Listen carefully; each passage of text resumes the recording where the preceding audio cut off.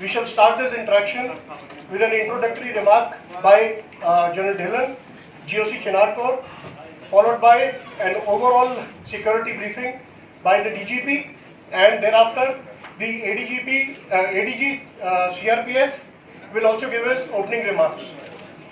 I will moderate the question answer session. Kindly restrict to one question, and if there is time, I will get back to you. Thank you very much. I will now request the GOC Chinarkor to give his introductory remarks, please. So first of all, welcome to this Security Forces media interaction. I, on behalf of DGP Saab, ADGP CRPF and IGP Kashmir, extend a very warm welcome. I'll just give you the overall situation as it pertains to the security matters relating to the Chinarkor, and thereafter DGP Saab will give the overall security situation, and Mr. Zulfikar will further dwell on his part of the thing. Situation on the line of control is under control and very much peaceful as of now. The infiltration from Pakistani side is being attempted regularly, and we have been having regular contacts on the line of control, whereby the infiltration bids by Pakistan Army and the terrorist is being foiled and replied to on regular basis, including, as the media had covered, one of the incidents few days ago on 30th, where in Gurez sector, the 3 terrorists were eliminated on the line of control while they were trying to infiltrate. In addition, again on 30th of July, previous to that, the last ceasefire violation was on 12th of March in the Uri sector. On 30th of July, Pakistan Army resorted to unprovoked artillery firing, and which was retaliated and replied to in the befitting manner, and thereafter they kept quiet. In case they attempted again, it would again be replied in the matter probably better than the previous time. Situation in the hinterland. As you are aware, the terrorist leadership is the main target of us, of all Tanzeems, especially Jaish-e-Mohammed, Lashkar-e-Taiba, Hizbul Mujahideen and Ghazwat al-Hind. And in the last 6-7 months, we have been able to eliminate most of the top leadership, and the job is still in progress. In addition to the basic terrorist activities, IED threat and IED activities have been on the increase over the last 1 year. More details will be given by the DGP Saab as well as IGP Kashmir about the specific instances. However, as you are aware, Pulwama was one incident. Thereafterwards, the failed IED attempt in Banjal. Thereafterwards, again in the month of June, an IED was attempted and blasted on one of the army vehicles in Arihal. Thereafterwards, again in Arihal, on 26th of July this year, we initiated an IED which was planted and prepared to go. Now today morning, in the night again, an IED was attempted on one of our vehicles. However, there is no damage or loss. So, point which I am trying to make here is, the threat of IED is more pronounced, and it is being, you can say, corroborated by the type of IEDs which are exploding and the type of material of IED which we are capturing, and the type of terrorists who are IED experts whom we have neutralized in the recent past, including the one name which comes immediately to mind is the Munna Lahori, who was an IED expert, and we were targeting him for quite some time, and he was eliminated last week. All these things are an indication that Pakistan and Pakistan Army is desperate to disrupt the peace in Kashmir Valley. And I can assure you on behalf of the team security force here, this will not be allowed to happen. Designs of Pakistan and Pakistan Army will be foiled at all costs. Nobody can disrupt peace in Kashmir Valley. This is a promise to Awam of Kashmir and everyone in the nation. Coming down to specific, last 3 to 4 days, there were very specific and confirmed intelligence reports that terrorists backed by Pakistan Army and Pakistan are trying to disrupt, oblique target the Shri Amarnath Ji Yatra which is going on. And based on that, a thorough search of both the routes along the southern route from Pahalgam side as well as the northern route from Baltal side, the combined teams of Army, CRPF and JKP carried out an extensive search of both the routes and the areas adjoining on the highways as well as on the foot track which leads up to the Holy Cave. For last 3 days, these searches were going on. Even as we speak now, these searches are going on, but we have had some major successes in these searches. Some IEDs have been recovered, which have been neutralized. We will be showing you the photographs. And caches of ammunition, explosives and weapons have been recovered along these routes. The searches are still going on. One of the weapons is here, which we will be displaying to you. And a Pakistan Army's mine has been recovered in these searches from the caches. The mine is being retrieved now from the location where it has been recovered. We have got the photograph. I am sure by the time this press conference is over, we will be able to get the mine here. It is come down to place, but from there the chopper is having a problem in retrieving it. Otherwise, by evening, we can request you again to come and have a look at it physically. Notwithstanding, we will show you the photograph with the Pakistan Ordnance Factory markings, which clearly indicates that Pakistan Army is involved in terrorism in Kashmir. And this is a message which we are very clearly telling you, this will not be tolerated and this will be at all costs negated. In addition to this, the security arrangements of 15th August are in place, and as the team security force, we assure everyone that all the celebrations of our Independence Day will be carried out with full gusto and normal fervor. In addition to all this, I want to give you certain more indicators. We have done an in-depth analysis of terrorism in Kashmir. 83% of the people who pick up weapons, the local terrorists, 83% of them have had a record of stone pelting. Now this is again like my request to all the mothers to please listen to this carefully. सभी माताओं से ये मेरी एक गुजारिश है कि इस बात को थोड़ा ध्यान से सुनना. जितने भी लड़के वैली में टेररिस्ट बनते हैं, उसमें से 83% ऐसे थे जो एक टाइम पे स्टोन पेल्टर थे. तो अगर आपका बच्चा 500 रुपए के लिए गली में जाके स्टोन फेंकता है या पत्थर फेंकता है सिक्योरिटी फोर्सेस पे, तो वो कल का टेररिस्ट है. और इसके आगे मैं आपको बताना चाहता हूं कि इस साल 2019 में 7% टेररिस्ट को मार दिया गया पहले 10 दिन में ज्वाइन करने के बाद. ये अगेन माताओं से मेरी रिक्वेस्ट है कि इस चीज को ध्यान से सुनिए. आपका बच्चा अगर टेररिस्ट बनता है तो 7% उसमें से पहले 10 दिन में खत्म होने का चांस है, जो कि डाटा बता रहा है. 9% पहले 1 महीने में, ये पिछले 18 महीने का डाटा है.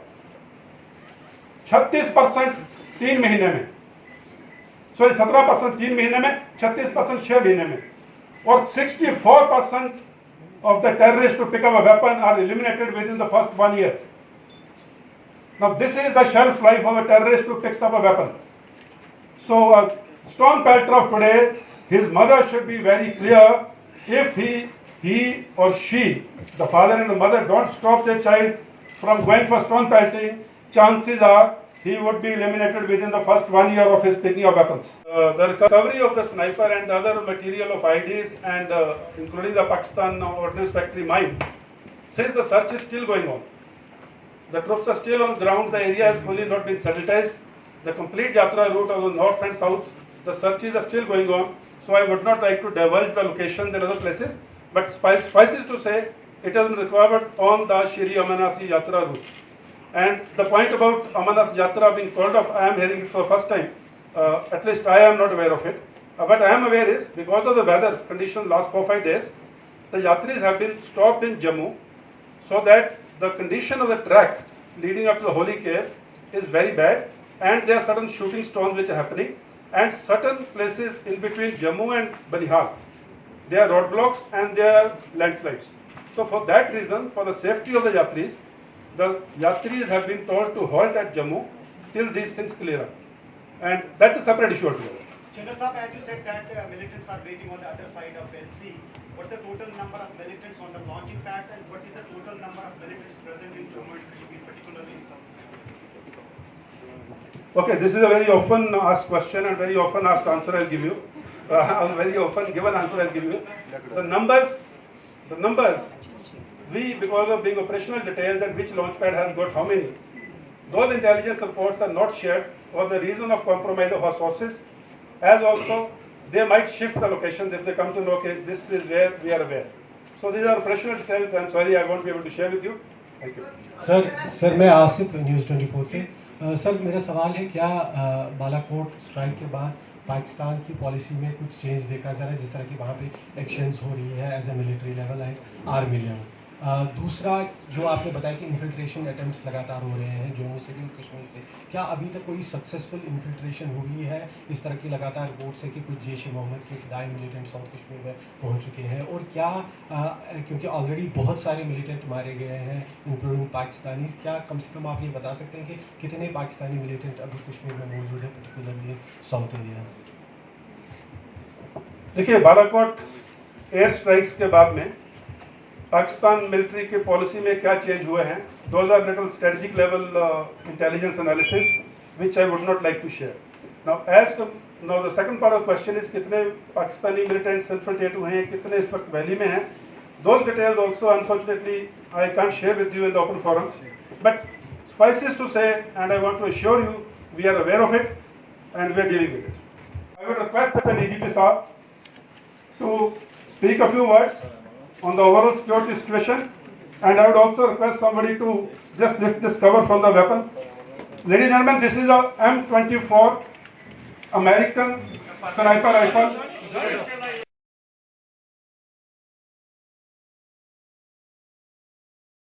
As the General Saab has briefed you about the security situation in the state,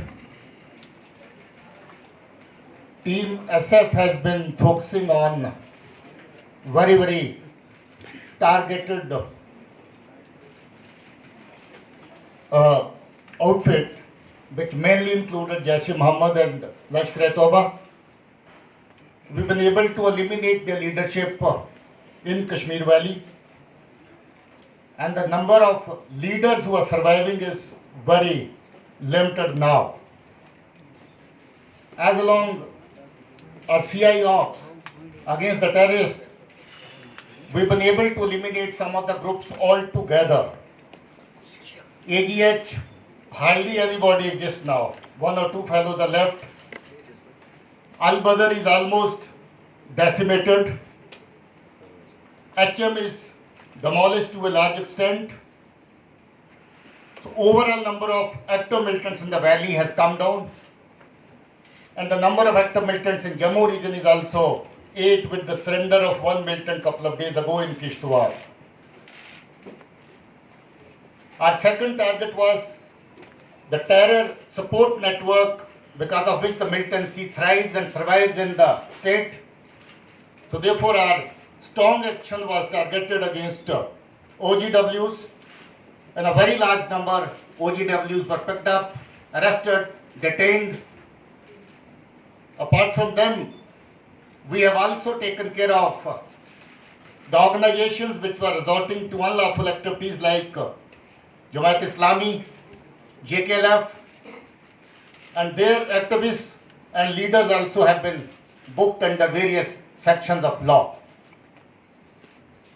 Recently, terror monitoring group has also been created, which is headed by additional DG CID of the state. That group also has done a wonderful job. A very large number of terror funding modules have been targeted by them.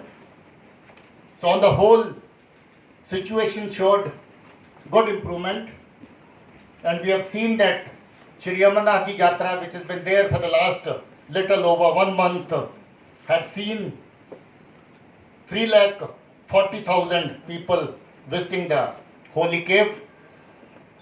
For the Jatra, we had made extensive security arrangements right from Lakhanpur onward, on the highway and on both the tracks. There, unfortunately, were some nefarious designs from the side of the enemy. They have tried to sort of create an atmosphere of fear here, and they have resorted to a couple of IDs, some of which have been mentioned by General Dillon. Last evening only they had attacked one of our army convoys in Shopian area, but luckily there is no loss to our manpower, to our convoy party. We were able to take care of that ID. After that, 3 days back, we were also getting inputs regarding certain specific inputs with regard to laying of IDs and attacking the Jatra. So therefore, last 3 days have been very hectic for us. We have been carrying out searches as told to you, and which has led to the cache of explosive material, the Pakistani made mine, and the sniper that you have seen just now. From our side, our security gate on ground is fully geared up to take care of any security threats, security challenges. Overall scenario in Jammu region with regard to land order and militancy is very well under control. But there is a large number of ceasefire violations in Jammu region, also as Jan Sab told about ceasefire violation in this sector. So therefore there is a heightened activity along the borders also. But our anti-infiltration grid is strong enough to take care of the infiltration bids. They have made number of infiltration bids in both the sectors, Jammu and Kashmir sector, but most of them have been successfully thwarted. As told by Jan Dillon, we have always welcomed our youth to our fold. We do not want any kind of harm should come to them. So therefore we have been encouraging them to come back, even in the cases where they left their houses, went to join the militant cadres, militant ranks. Our appeals and appeals from the parents did make a lot of difference. We've been able to get many of them back home, and we are happy that they are again part of their family. They are leading a happy life. We would also like that other militants who have joined recently, we would appeal to them also to come back and join their families. We would be as sympathetic to them as we have been with regard to the others who have come back and reunited with their families. So far as active militants are concerned, our operations are on. They will continue to be on. Even last evening we had launched an operation in Shopian area. We are waiting for the results of that area.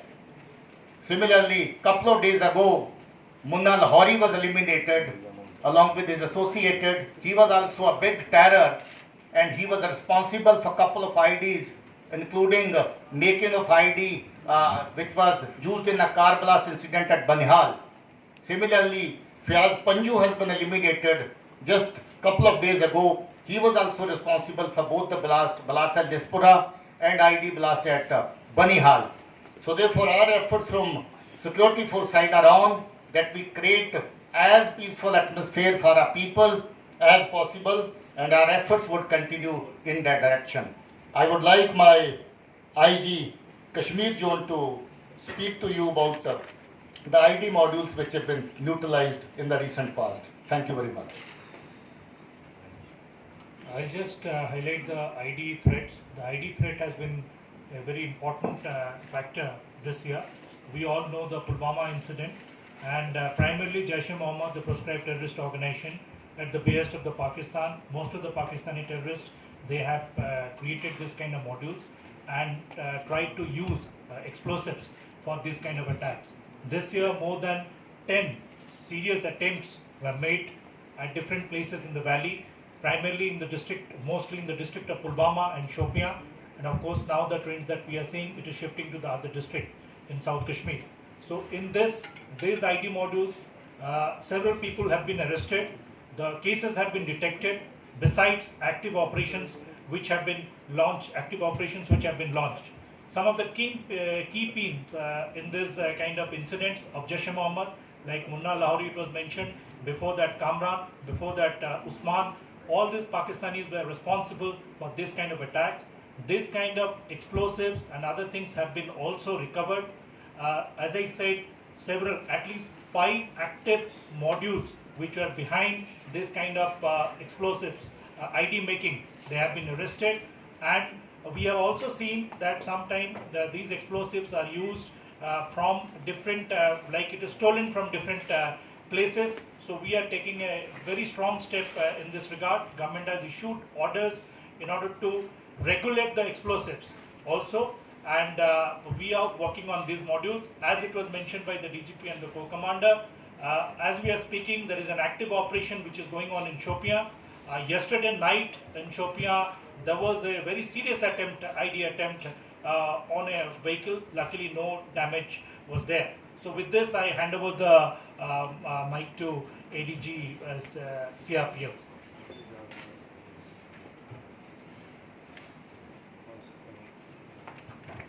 Good afternoon. I have nothing much to add after the Corps Commander and the DG. Only one thing I'd like to say is that the Amarnath Yatra this year has seen unprecedented turnout, and in spite of many threats, it has been peaceful so far.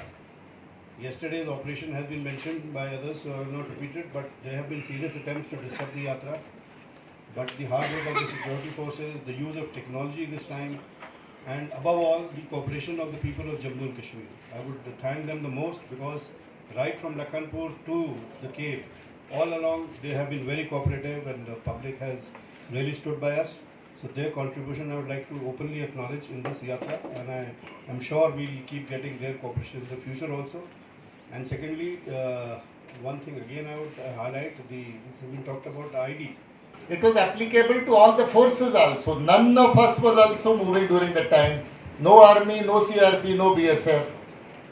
Other than that patch, there was no restriction at all. 5 minutes, just a stoppage on the lateral while the convoy was moving. So I'm thankful to the people that they cooperated. And I'm thankful to the people that despite the hype being given to this issue, they've understood that the problem is limited to a particular time only and a particular patch only. And just by the next year, we do hope that the highway would be better.